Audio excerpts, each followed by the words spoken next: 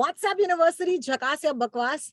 We've come to a place where it's the last episode of the year. मतलब actually जब ये episode release होगा, we'll already be in 2021, but this is the last one we're recording. So we're pretty excited. It's another year that's gone by. Sachin Kalbag मेरे साथ है. My name is Rohini. I'm a radio presenter, and Sachin, of course, is the executive editor of the Hindustan Times. Hi, Sachin. Welcome to the show. Hello, how are you doing? Excited to be part of this year, the most newsy year ever in my 27 years of journalism. It's been phenomenal, but बहुत ही exciting था, बहुत ही दुखद भी था, और सारे लोग, आप, मैं, सारे लोग 15, 16, 18 घंटे काम कर रहे हैं, वो भी work from home. We thought work from home will be easier, लेकिन of course not. Please don't believe anybody who says so. It was much more difficult. Yeah, and it's crazy that you said that this is the most newsy year.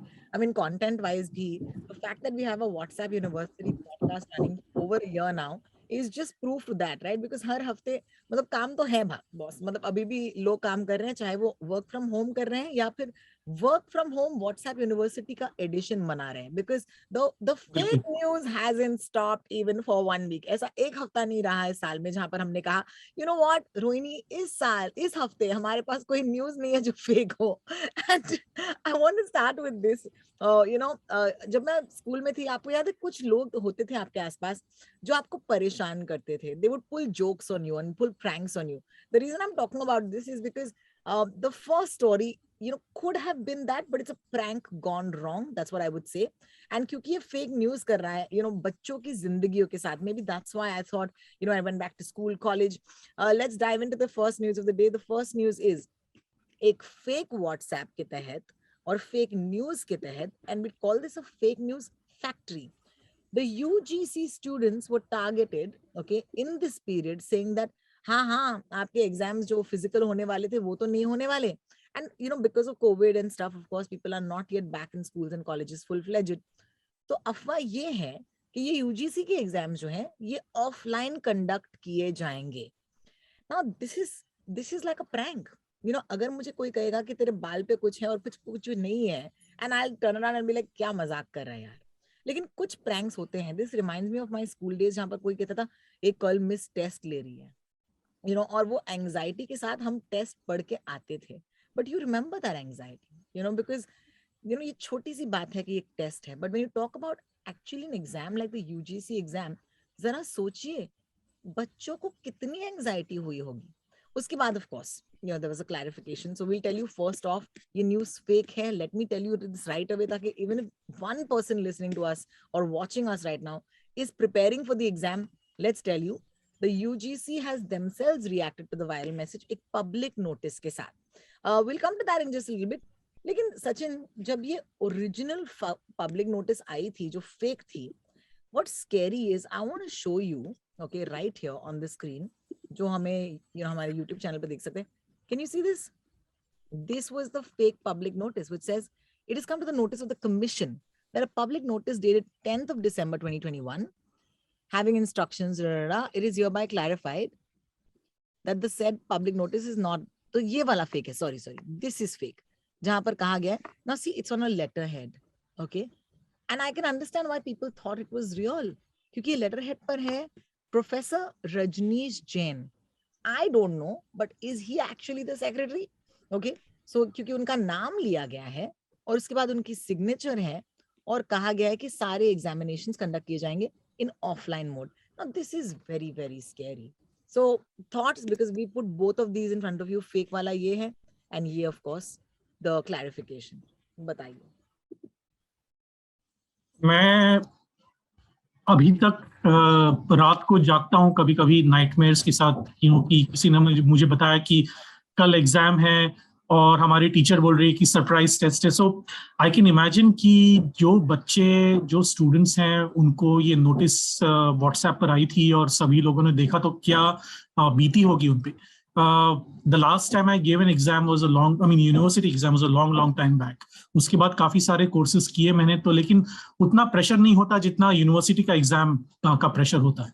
तो देखिए UGC क्योंकि एक umbrella body है और सारी universities are affiliated to UGC, तो काफी सारे लोग to use a very strong word दहक गए होंगे कि क्या क्या हो रहा है हमारे लाइफ में।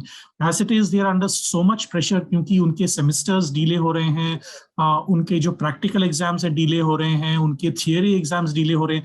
बहुत सारे मेडिकल स्टूडेंट्स का तो एक पूरा साल निकल गया है विदाउट एडमिशन।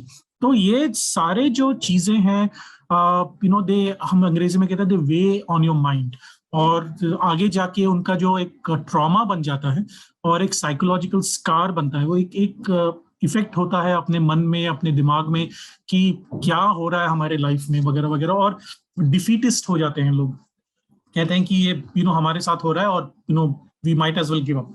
तो ये एक लॉन्ग टर्म इफेक्ट होता है। सो it was good that the UGC clarified it very quickly कि ये पब्लिक नोटिस जो व्हाट्सएप पर आ रहा है, फेसबुक पे शेयर हो रहा था, ट्विटर पे शेयर हो रहा था, पूरा फेक है।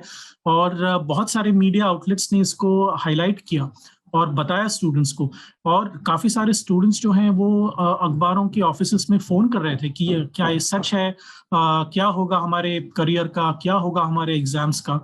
It is so scary, it is so sad and it makes you angry कि लोगों के और बच्चों के लाइफ के साथ आप खिलवाड़ कर रहे हैं इससे। Exactly, and that's the whole point. Please, अगर आपको ऐसे WhatsApps मिले, even if you see a letter head जिस पर किसी का signature हो, वेरीफाइड न्यूज सोर्स के साथ चेक करना जरूरी है, बिकॉज इतनी बड़ी एग्जाम के बारे में न्यूज तो बाहर आएगी ही, बिल्कुल the news industry, I don't like to call it the industry, but the media, okay, who are in the service of people, of disseminating news, will identify this as being an important story, and agar वो carry करेंगे, and I think that we are doing a pretty okay job actually bringing that news to you. So please guys, अगर आपने इस पर विश्वास किया है, जिन्होंने ये किया है, I don't know, like I just want to say करम जिले like तो you burn in hell, but I want you to put yourself in that place of those students, those parents, those teachers, because एक exam सिर्फ बच्चा exam नहीं देता, एक पूरा मोहल्ला एग्जाम देता है। जब मुझे याद है जब मेरा 10th का एग्जाम था, तो it was like my whole building knew कि यार इस साल तो रोहिणी का 10th का एग्जाम है।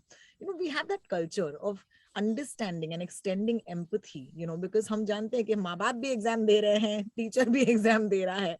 So please do not believe it, and for students you're smarter than that, please verify कीजिए। आपके हिंदुस्तान टाइम्स में I think it's a very credible source of information, एक बार जाकर चेक कीजिए, ओके, एक बार जाकर चेक कीजिए, जब तक न्यूज नहीं आई हो please don't believe it. Secondly, अपनी यूनिवर्सिटी के साथ चेक कीजिए, okay. So if you don't want to depend on sources which are external, तो अपने टीचर्स को, अपने प्रोफेसर्स को एक मैसेज तो डाल के देखिए, because there has to be first degree of clarification, of somebody who's invested in the same thing as you. So having said that, please don't believe it. नरक में जलेंगे ये लोग जो ये कर रहे हैं। I'm sorry. All right.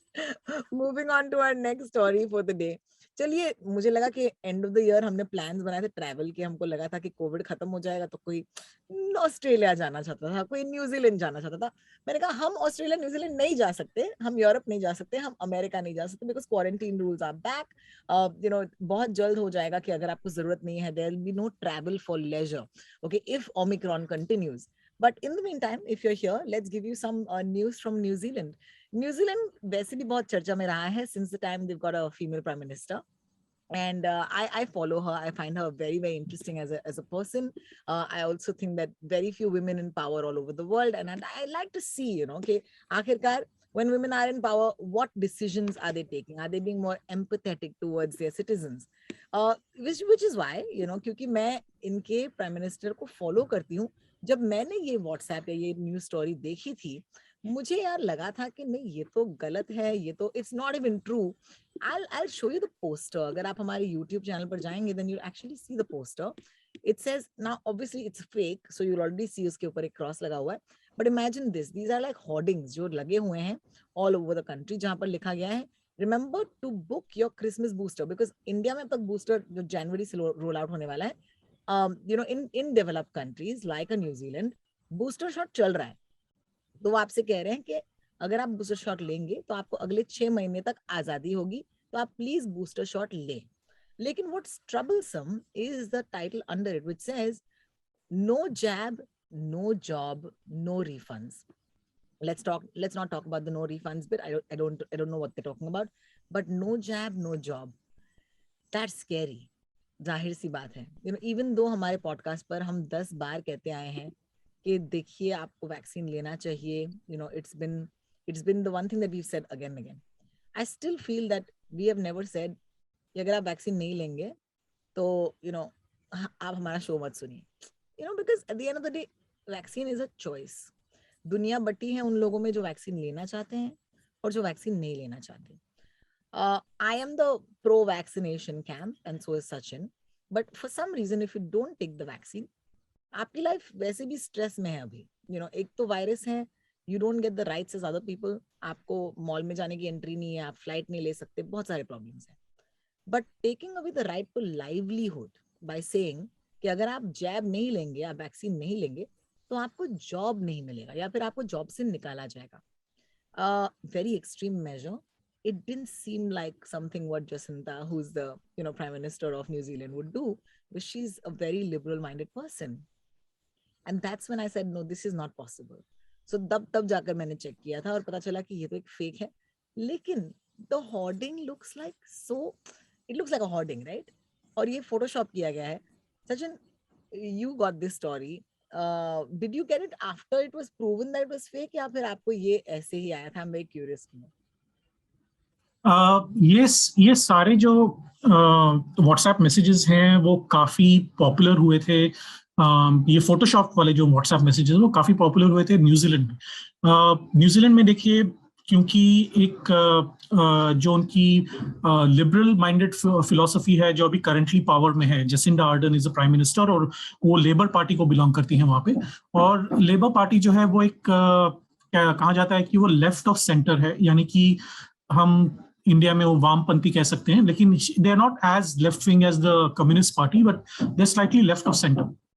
और वहां पे राइट विंग जो ऑपोजिशन है वो उनको काफी सारा टारगेट कर रही है पिछले काफी सालों से. ऐसा पहली बार नहीं हुआ है. काफी सारे उनके पॉलिसीज, इमिग्रेशन पॉलिसीज के ऊपर, उनके नेचुरलाइजेशन यानी कि सिटीजनशिप पॉलिसीज के ऊपर, उनके फॉरेन पॉलिसी के ऊपर काफी सारी चर्चाएं हो चुकी हैं न्यूजीलैंड टीवी पर, न्यूजीलैंड न्यूज़पेपर्स में. तो ये एक जो फोटोशॉप बिलबोर्ड था, जो हम होर्डिंग कहते हैं इंडिया में, वो सरप्राइजिंग बिल्कुल नहीं था, क्योंकि she is been a target of these attacks for a long time. तो वो तो पहली बात थी. दूसरी बात यह है कि जसिंडा आर्डन का जो एक पब्लिक इमेज है कि मैं आपके जैसे पीपल लाइक अस, वो जब भी इंटरव्यू देती हैं तो उनकी जो उनका बच्चा उनके साथ बीच में उठ जाता है, वो रात को इंटरव्यू देती है तो बीच में उठ जाता है, then she has to tell him go back to sleep. So ये जो छोटी छोटी बातें हैं ना, वो some people love it, some people think it's a put on act.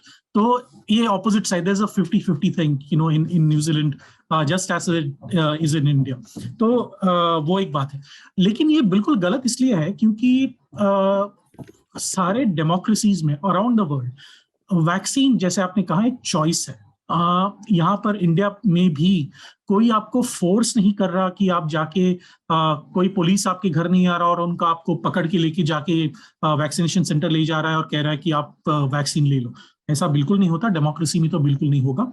लेकिन ये बात जरूर है कि अगर आप वैक्सीन ले रहे हैं तो आपको एक अलग तरह का फ्रीडम मिलता है. वो फ्रीडम ये है कि आप समझिए कि आपका एक किंगडम है और आपने एक वॉल क्रिएट किया आपके किंगडम को प्रोटेक्ट करने के लिए. ऐसा नहीं है कि बिना कोई आके उसको बॉम्ब करे तो obviously the wall will fall down, लेकिन आपको एक एडिशनल प्रोटेक्टिव लेयर मिल जाता है कि आपके किंगडम को प्रोटेक्ट करें.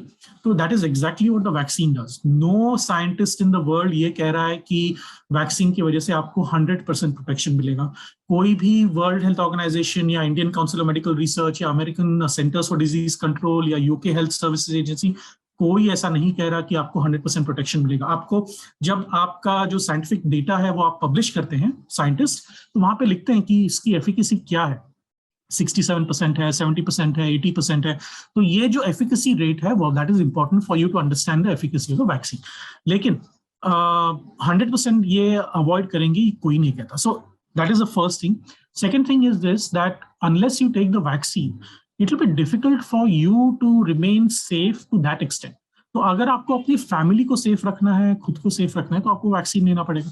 जब न्यूजीलैंड में because it has only about 5 million people, 50 lakh लोग ही हैं, जो हमारे मुंबई के बांद्रा से अंधेरी में शायद लोग होंगे, उतने लोग पूरे न्यूजीलैंड में हैं. तो उनका जो वैक्सीनेशन था वो धीरे से चल रहा था, लेकिन बिकॉज द नंबर्स आर लो, वो लोग काफी जल्दी वो खत्म कर सकते हैं. और हम लोग तो उतना तो 50 लाख तो दिन में करते हैं यहाँ पे. तो सो दैट इज द डिफरेंस. तो दूसरी बात वो है, I think the most important thing is that this is a target. She's been a target of political vendetta in some form or the other. और उसकी वजह से हमें केयरफुल रहना चाहिए कि ये क्या है. It sounds completely illogical कि अगर आप वैक्सीन ले तो आपको 6 महीने की फ्रीडम मिलेगी. New Zealand is one of the freest countries in the world. It has a great media. वहाँ पे आपके जो इंडिपेंडेंट जो फ्रीडम्स हैं, इंडिविजुअल फ्रीडम्स हैं, वो काफी स्ट्रांग हैं. And it's one of the best countries to live in the world. Year after year, for the last 10 years, it is rated as one of the best countries in the world to live after Finland and Norway and Denmark. New Zealand is right up there, along with Australia. So, that's it. I mean, I don't, मैं उसको ज़्यादा तवज्जो इसलिए नहीं देता क्योंकि मुझे पता है कि जसिंडा आर्डन की पॉलिटिक्स क्या है, उनके पॉलिसीज क्या हैं. लेकिन ये कॉमन पर्सन की व्हाट्सएप पे आ जाए तो शायद वो कंफ्यूज हो जाएंगे. इसीलिए again to go back to what we've been saying for the last 1.5 years, please go to the authentic source of information. संदर्भ देखें, कौन है जसिंता आर्डन, उनके दोस्त कौन है, उनके दुश्मन कौन है. You know what? I was going to take a story about Australia, but I have just decided to drop that story. क्यों? क्योंकि अभी मैंने हिंदुस्तान टाइम्स में एक स्टोरी पढ़ी जो अभी ब्रेक की है हिंदुस्तान टाइम्स ने. It's going to take over the world by the time this podcast drops. But I must talk about this. Let's end the year with some great news, okay? और जब भी दुनिया में किसी को भी कुछ भी मिलता है तो मैं बहुत खुश होती हूँ. और हम बात कर रहे हैं इस गाड़ी की. लेडीज एंड जेंटलमैन, गौर से देखिए इस गाड़ी को. ये गाड़ी जो है, इसका नाम पहले मैं आपको बता देती हूँ. मर्सिडीज मेबैक 650 है. देखिए कैसे चमक रही है ये गाड़ी. एक लग्जरी गाड़ी है, लेकिन क्या आप जानते हैं कि ये बुलेट प्रूफ भी है और बॉम्ब प्रूफ भी है. आप पूछ रहे होंगे इस वक्त कि इस गाड़ी का कॉस्ट क्या है. ये भी हम आपको बता दें. कितने की है गाड़ी? अरे ओ सचिन, कितने की है गाड़ी, बता रहे. ये गाड़ी 12 करोड़ की है रोहिणी. 12 करोड़ की गाड़ी है. अब आपको लग रहा होगा कि जैसे कार्तिक आर्यन ने एक लैम्बोर्गिनी ली, 3-4 करोड़ की थी, और लोगों ने इसके बारे में ट्वीट वगैरह किया था. 3-4 करोड़ या 3-4 crore. 4 crore. We spoke about money the last time, if you remember. So my question, who do you think, okay, has got this 12 crore की Mercedes Maybach 650? मतलब 12 करोड़ की गाड़ी कौन डिजर्व करता है? सोचिए सचिन, आपको न्यूज़ पता है, आपके पब्लिकेशन ने इसके बारे में मुझे बताया. ये गाड़ी है हमारे प्रधानमंत्री नरेंद्र मोदी की. Wow. So let me say this first. This is not fake news, right? Because I saw this in the Hindustan Times. ये सही है ना? No. And what is the protocol that does the head of state anyway have a really great car? Okay, because let's talk about the context of this. ऐसे नहीं है कि ये पहली बार किसी head of state को ये गाड़ी अच्छी गाड़ी मिल रही है. ये head of state है, उनको ये गाड़ी तो मिलती है. But is there anything different in the fact that this car is like सबसे latest technology? We've never invested in a car like this. Any of those insights? Normally, the world over, जो भी head of government होते हैं और head of states होते हैं, just to clarify, Narendra Modi is the head of government. The head of state in India is the president of India. तो ये जो गाड़ियां होती हैं वो बुलेट प्रूफ होती हैं. उसमें काफी सारे टेक्नोलॉजीज होते हैं जो सीक्रेट रहते हैं, और यूएस में सीक्रेट सर्विसेज को डिसाइड करती है कि क्या क्या फैसिलिटीज होनी चाहिए. इंडिया में जो एक स्पेशल प्रोटेक्शन ग्रुप है, जो prime ministers, former prime ministers और खास करके उनकी फैमिलीज को भी प्रोटेक्ट करता है. तो ये स्पेशल प्रोटेक्शन ग्रुप जो है वो डिसाइड करता है कि इसमें क्या क्या फैसिलिटीज होनी चाहिए. और ये गाड़ी जो है वो मॉडिफाइड गाड़ी होती है, वो ओरिजिनल गाड़ी नहीं होती जो कंपनी से आती है. It is modified. It is much heavier than what you would expect in a normal car, क्योंकि पूरी तरह से bullet proof होती है. And there are multiple ways of protecting it, in the sense that it will look at कौन से type के bullets भी इसमें पियर्स करते हैं, क्या एक रॉकेट प्रोपेल्ड ग्रेनेड भी इसके अंदर जा सकता है वगैरह. इसमें काफी सारे पैरामीटर्स होते हैं जिसके अंदर आप डिसाइड करेंगे कि क्या आपके प्रेसिडेंट या प्रधानमंत्री जो हैं, राष्ट्रपति या प्रधानमंत्री जो हैं, वो इसको कितने सेफ रहेंगे इसके अंदर. सो ओवर द इयर्स ये जो टेक्नोलॉजी है, ये जो गाड़ियां हैं, depending on the requirement of the in India's के स्पेशल प्रोटेक्शन ग्रुप, वो अलग अलग टेक्नोलॉजीज इनकॉर्पोरेट करती हैं. तो इसमें क्या क्या है, obviously that will be secret, because you know all of that will be known only to 2 or 3 agencies. One is the Prime Minister's office, obviously. The second is the Special Protection Group, obviously. And third is, at most, मुझे नहीं पता उनको भी पता है या नहीं, at most it will be the Research and Analysis Wing, the RAW, the External Spy Agency of India. शायद उनको भी नहीं पता होगा, लेकिन स्पेशल प्रोटेक्शन ग्रुप जो है वो उनको डेफिनेटली पता हो, बिकॉज दे डिसाइड कि प्रधानमंत्री को हमें कैसे प्रोटेक्ट करना है, उनकी कितने लेयर्स होनी चाहिए, कितने लोगों के लेयर्स होनी चाहिए वगैरह वगैरह.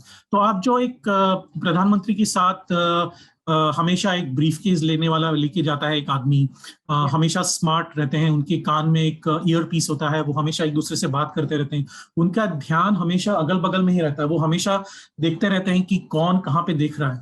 क्योंकि हम ऐसे सारे इवेंट्स ऑर्गेनाइज करते हैं जहां पर प्रधानमंत्री आते हैं, तो हमें पता है कि कितने लेयर्स ऑफ सिक्योरिटी होते हैं. हम हिंदुस्तान टाइम्स के एम्प्लॉय होने के बावजूद हमें कितने आइडेंटिफिकेशन प्रोसेसेस से गुजरना पड़ता है just to enter the same room where the prime minister's there. तो ये काफी एक डिटेल्ड और सोफिस्टिकेटेड प्रोटोकॉल है.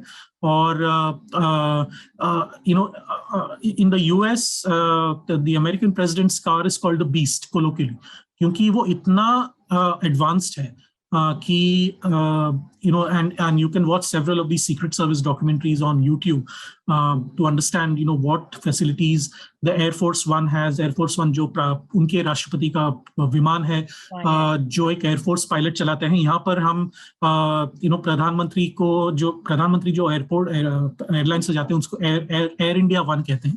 तो ये अलग अलग देशों के अलग अलग प्रोटोकॉल्स होते हैं. सो 12 crore is actually at quite a discount, I think, for this kind of technology.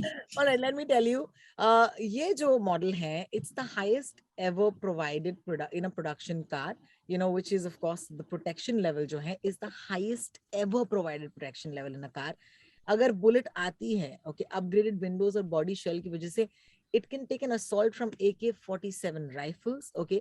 ये मैं आप ही के रिपोर्ट से पढ़ रही हूँ. It has the capability to withstand 15 kg TNT, okay. अगर ब्लास्ट भी हो जाता है 2 मीटर की दूरी, 2 मीटर की दूरी से, ये जो है of course ये गाड़ी आपको प्रोटेक्ट कर सकती है. Windows have polycarbonate, you know, coating from the inside, where the underbody is heavily armored to protect the occupants from a direct explosion.